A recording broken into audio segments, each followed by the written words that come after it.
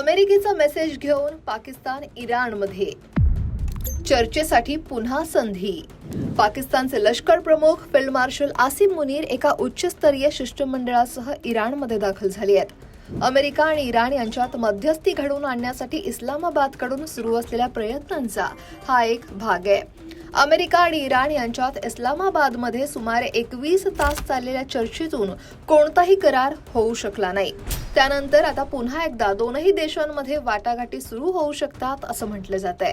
Iran विरुद्धच्या युद्धाचा शेवट जवळ आला असल्याचा दावा अमेरिकेचे राष्ट्राध्यक्ष डोनाल्ड ट्रम्प यांनी केला असतानाच इराणी बंदरावरील अमेरिकेची नाकाबंदी ही पूर्णपणे अंमलात आणल्याची माहिती यूएस सेंट्रल कमांडरने दिली.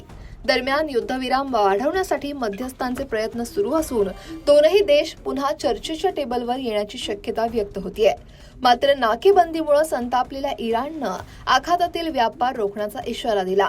22 एप्रिलपर्यंत लागू असलेल्या युद्धविरामाचा कालावधी किमान 2 आठवड्यांनी वाढवण्याचा प्रयत्न सुरू आहे. पाकिस्तानी लष्करानं सांगितलं की आसिम मुनीर हे गृहमंत्री मोहसिन नक्की यांच्यासह इराणमध्ये असलेल्या शिष्टमंडळाचा भाग आहेत. दोनही बाजूंमध्ये संदेशांची देवाणघेवाण करणं आणि चर्चेच्या पुढच्या फेरीसाठी पार्श्वभूमी तयार करायला मदत करणं हा या भेटीचा उद्देश आहे.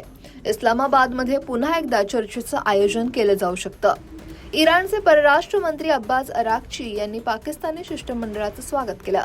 दरम्यान इराणच्या अधिकाऱ्यांनी सांगितलं की चर्चा अयशस्वी झाली असली तरी पाकिस्तानच्या माध्यमातून वाटाघाटी सुरू आहेत. अमेरिका आणि इराण यांच्यातील दरी कमी करण्याची भूमिका आसिम मुनीर यांची आहे. येत्या काही दिवसात परस्पर मान्यतेचा करार होऊ शकतो का हे दोनही पक्ष अजूनही निश्चित करण्याचा प्रयत्न करतात. दरम्यान याआधी अमेरिकेचे राष्ट्राध्यक्ष डोनाल्ड ट्रम्प म्हणाले की अमेरिकेनं जर आत्ताच माघार घेतली तर इराणची पुन्हा उभारणी करण्यासाठी 20 वर्ष लागतील. ट्रम्प यांच्या या वक्तव्याच्या काही तास आधी अमेरिकेच्या सेंट्रल कमांडनं सांगितलं की इराणी बंदरं आणि किनारी भागांकडे जाणारी जहाजं रोखण्यात आली आहेत आणि तसंच हॉर्मुझ सामुद्रधुनीतून प्रवास करताना जहाजांवर कोणतेही निर्बंध असू नयेत याला आमचा पाठिंबा आहे. ट्रम्प म्हणाले की मला काही गोष्टींची दिशा बदलावी लागली. तसं केलं नसतं तर इराणकडे आताच्या घडीला अण्वस्त्र असण्याची शक्यता होती. खरं तर इराणी माध्यमांनुसार संयुक्त लष्करी कमांडचे प्रमुख अली अब्दुल्लाही यांनी सांगितलं की राष्ट्रीय सार्वभौमत्व आणि हितसंबंधांचे संरक्षण करण्यासाठी इराण ठामपणे पावलं उचलतोय. अमेरिकेची नाकेबंदी ही युद्धविराम भंगाची पूर्वतयारी आहे. अमेरिकेनं इराणच्या बंदरावरील नाकेबंदी कायम ठेवल्यास पर्शियन गल्फ, ओमान समुद्र आणि रेड सी परिसरातील आयात निर्यात पूर्णपणे रोखू असा कडक इशारा इराणने दिलेला.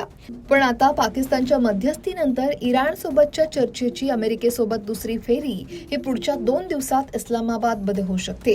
या चर्चेत काय तोडगा निघतो, ही चर्चा होते का, हे येत्या दिवसात कळेल. तुम्हाला काय वाटतंय? कमेंट नक्की करा आणि लोकमत सबस्क्राईब करायला विसरू नका.